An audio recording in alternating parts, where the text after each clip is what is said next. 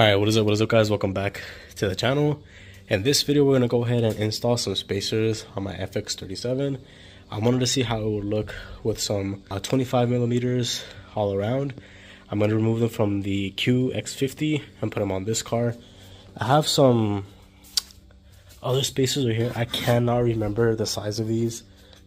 I think they're 1.5. Yeah, I think they're 1.5 inches. And I kind of like test fitted it already, and it looks like these are way too big for this car. The rear looks different. I mean, the rear looks decent with these on, but I feel like it's still gonna poke out way too much. So right there you can kind of see it's a big ass spacer. The wheel's already pretty close to the fender. Like right there you can kind of see just poking it out a little bit may look like a little bit better. The rear sinks in a lot.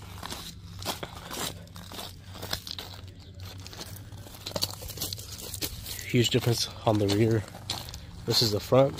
So for sure 25 mil on the front, and then we'll see what the back looks like with either these or the other 25 mil. So the main reason I was actually removing the wheels on the FX37 was because I wanted to check the brakes to see if they were, you know, in good condition. They're honestly like pretty brand new, so those don't need to be replaced anytime soon. But I also wanted to check the ones on the QX50 because it's been a while, honestly, since I've replaced them. Well, actually never have replaced them. I checked them a long time ago and they were still like in really good condition.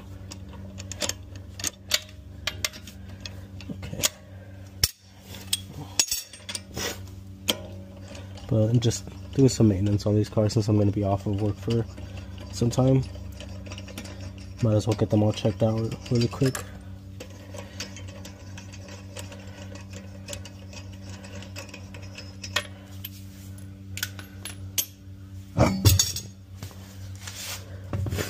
These tires need to be replaced really soon anyway.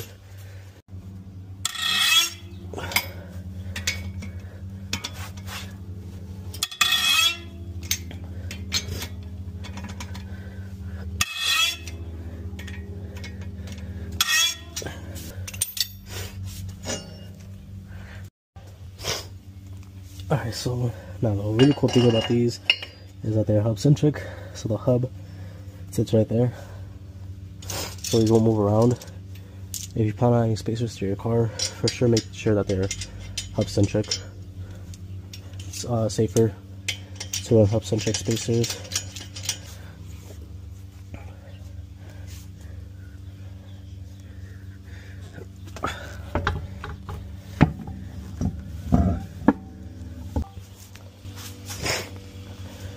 Alright, so here's how it's kind of looking with that 25 mil in the front.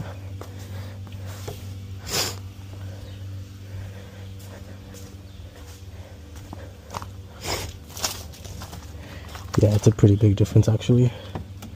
Looks a lot better.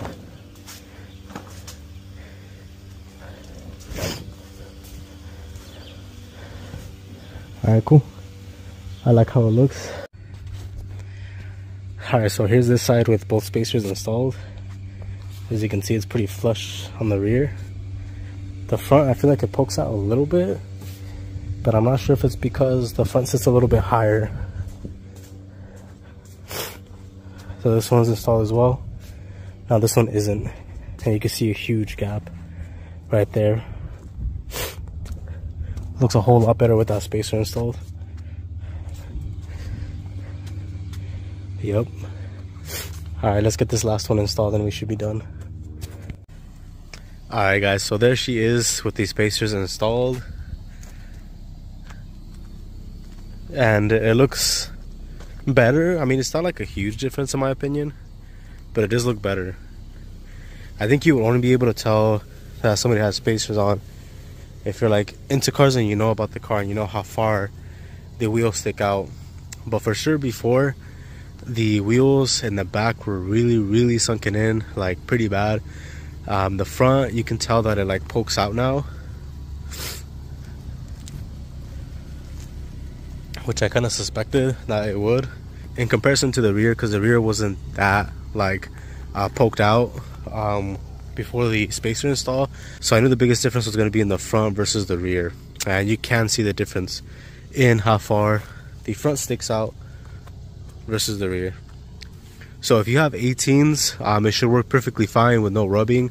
I just drove the car right now, I went over a bump and it didn't rub at all. But this car also does sit kind of higher, like on the higher side.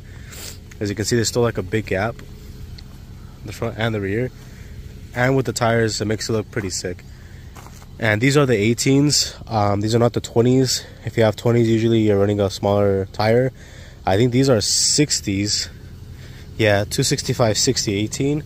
And I believe on the 20s, I think most of you guys are running like a 45 sidewall, maybe 50, but I'm pretty sure it's on the 45 sidewall. And I'm not sure how those are gonna fit, if they would fit good with a 25 mil.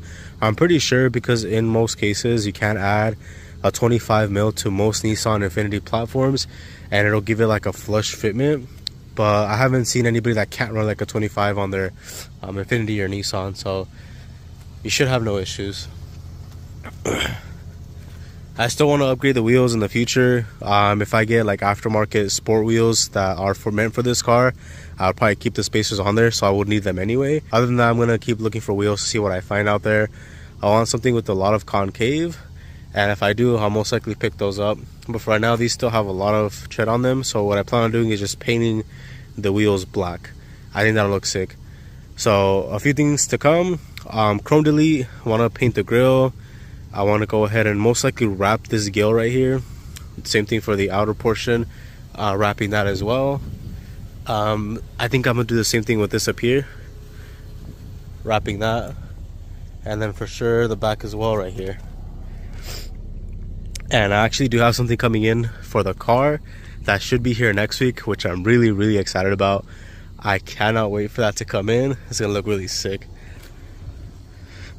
But yeah, so far loving this car. Been getting a lot of cool positive feedback from you guys that this is a good option, and honestly I'm in love with this car. No regrets, beautiful, can't complain. Alright guys, so we're gonna go ahead and end the video right there. I'll go ahead and link down everything below that I picked up and used in order to get this install done. These spacers are from Amazon. I got them a while ago, and as long as you guys get hub centric, they will work perfectly fine. Hub centric means that they're gonna have a little lip on the hub in the middle, just like you guys saw in the video, and it's gonna support the spacer and the wheel on the hub versus on the studs. Really important, because if it's on the studs, it's gonna end up breaking them eventually, and it's just not as safe as hub centric. Hub centric actually has the lip that goes on top of the hub and the wheel as well to support it with the weight. So that's why I always recommend to get hub centric. It's a lot safer to be able to use those versus, you know, regular ones, because usually the holes in the middle are way too big and doesn't provide support in the middle. So the bolt pattern is 5x114.3. Those are usually the same bolt patterns for all Nissan Infiniti platform, and the bore in the middle I believe is 66.1, but when I link it down below, you guys will be able to see exactly which ones they are, so you guys can pick those up. But thank you guys so much for watching. Make sure to like, subscribe, hit that bell notification, and I'll catch you guys in the next one. Peace.